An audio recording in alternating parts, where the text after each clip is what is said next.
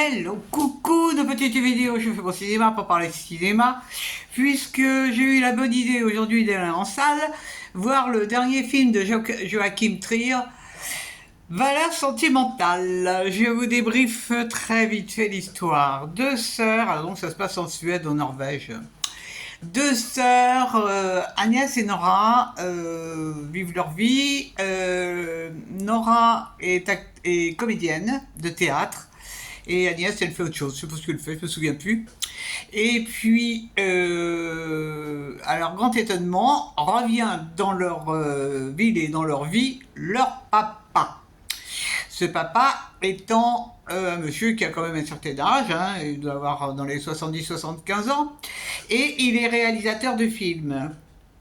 Et il a comme projet de faire un film, et pour cela, il va demander à sa fille Nora d'interpréter le rôle principal.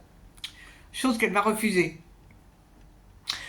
Et pour des raisons X, Y, Z. Alors évidemment, il va embaucher quelqu'un d'autre pour jouer le rôle. Et puis donc, le film, qui dure plus de 2 heures, nous montre les relations père-fille au pluriel, puisque en fait il a été séparé de ses filles pendant de nombreuses années.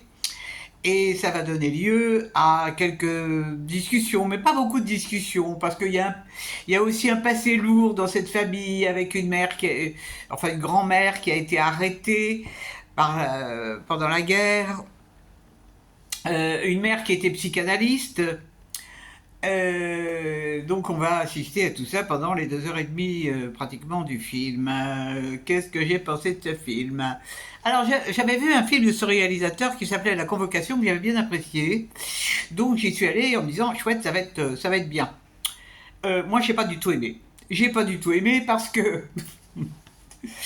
d'abord c'est très long, parce qu'il ne se passe pas grand chose. Et parce que les problèmes familiaux que ces gens rencontrent ne m'ont pas spécialement ému, même si c'est pas marrant hein, de pas avoir connu son père du tout. Non, c'est pas drôle, hein, c'est pas drôle. Mais c'est surtout que le réalisateur il se prend pour Bergman, quoi, et qu'il n'est pas Bergman. C'est tout. Son film aurait pu être bien s'il avait été déjà plus concis, plus court. Il y a des tas de scènes qui servent à rien. Donc je me suis beaucoup ennuyée, mais je suis restée jusqu'au bout, malgré la dame qui à côté de moi dormait.